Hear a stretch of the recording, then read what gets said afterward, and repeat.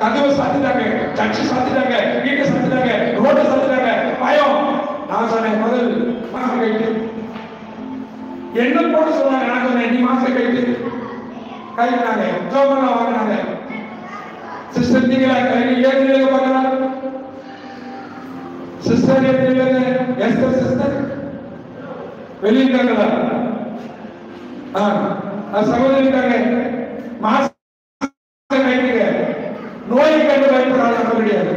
நோய் நம்மளுக்கு பயப்படும். ஒரு நிலைமை சொல்லுங்க. நோய் நோய் சொல்லுங்க. கை சொல்லுங்க. கையும் சொல்லுங்க. நோய் உங்களை கண்டு பயப்படணும். நீங்க நோயை கண்டு அதுதான் நீங்க இப்ப உலகத்தில் இருக்குது. உயர்ந்த ஜாதி, உயர்ந்த ஜனம், தேவம், பிள்ளை உன்னை கண்டா எல்லாம் பயப்படுது. இன்னொன்னு சொல்றேன், நோயே ஆவிகளாலதான் வந்து. நோயே ஆவிகள் தான். அதான் அந்த ஒன்று சொல்ற பக்கத்தில் ஒன்று சொல்றாரு, வியாதி கையவை வியாதி மறையும் விசுவாசு வாழும். ஆண்டவர் சீஷனுக்கு அதிகாரம் கொடுத்தார். முதல் வியாதி கையவை வியாதி மறையும் பேய் ஓடும். அந்த கிருபை கற்றுக் கொடுக்க நான் எந்த வியாதியும் பார்க்கல, எந்த நோய் பார்க்கல. ஒன்னே ஒண்ணு அவங்களுக்காக குட்டி போட்டு சொல்றேன். அவங்க ஸ்ட்ராங்கா சப்ளம் போட்டு உட்கார்ந்துட்டேன். குட்டி போட சொல்லிருக்காங்க. குட்டி நிற்க அதனால தீவிரத்துக்கு சொல்லுவாங்க. உட்காந்துட்டோம். உனக்காக நான் குட்டி போடுறேன். ஏன் தெரியுமா?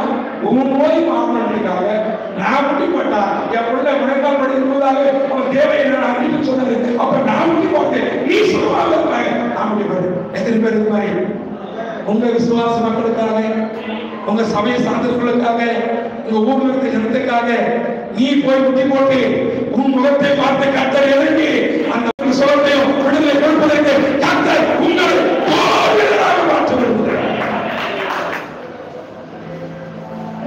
நேரில் சொல்லி முடிச்சேன். ஆண்டு செய்ய வேலையை பாருங்க. சாமியார் புத்தகத்தை நம்ம பார்க்கும் பொழுது கழுதை காணாத போன சொல்லுவது கழுதை தேடி அச்சரம் ஆண்டவரே கழுதை தேவை கழுதை கிடைக்குன்னு சொல்லி திருப்பி சேர்ப்ப சொன்ன அவரு அங்க ஒரு வசனம் சொல்றது. ஆண்டவர் சொல்றாரு, நேர்ந்து உன்னிடத்துல ஒருத்தன் வருவான்னு சொன்னேன், அது இவன் தான். அப்போ நான் எங்கே குறைபட்டு இருக்கிறேன், சாதம் பாசு கோபுல இருக்கிறாரு. என்ன எப்படி இருக்க வர வச்சாரு. அந்த கழுதை சென்னை இருக்கிற கழுதையை சாதம் நெய்ய முடியுமா?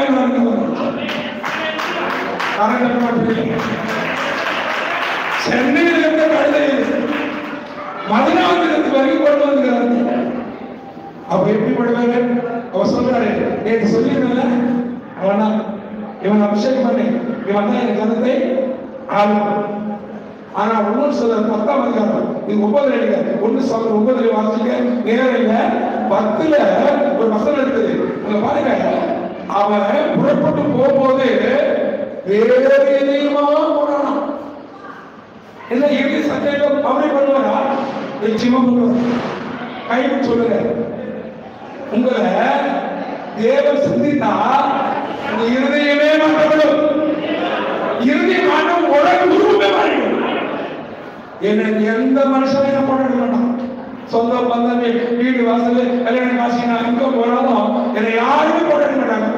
அதை பாருங்க போட்டோ என்ன எப்படி தெரியுமா? எப்ப ஏச போட்டாலும் அப்ப என்னதான் பண்ண வைக்கிறாரு. எந்த கல்யாணம் எந்த மாவு எந்த சாவு எங்க நடந்தாலும் யாரை முன்னெடுக்கிறாங்க. என் அப்பா எப்படிப்பட்ட இருப்பது கை தூக்கி ஆண்டவரே. அப்ப அன்புடைய பிள்ளைகளே, இன்னைக்கு ஆண்டவன் யார் என்பதை சொல்லியிருக்கிறேன். தயவு செஞ்சு ஒருவேளை இன்னைக்கு பிள்ளைக்கு படிப்பார்களா, இல்ல வீடு கட்டணும், இல்ல சர்ச்சு கட்டணும், இல்ல தேவைகள், தயவு செஞ்சு எங்கேயும் போவாதீங்க. இப்ப இவ்வளவு சொல்லுங்க, எனக்கு வீடு இல்லை சொந்தமா, சர்ச்சு இல்லை சொந்தமா, எனக்கு எதுவுமே இல்லை சொந்தமா, என் பேர்ல ₹1 அக்கௌண்ட் இல்லை. நம்புவீங்களா? 20 வருஷம் படிக்கும். எனக்கென்று உயிருக்கென்று உடலுக்கென்று எனக்கென்று அக்கௌண்ட் நான் வச்சுக்கிட்டு இருக்கேன். இப்படி இன்னொரு சபை மக்கள் முன்னாடி சொல்ல, என் கையில யாரும் காட்டி கொடுக்காது, கை நீட்டி வாங்க மாட்டேன் கேட்பாரு.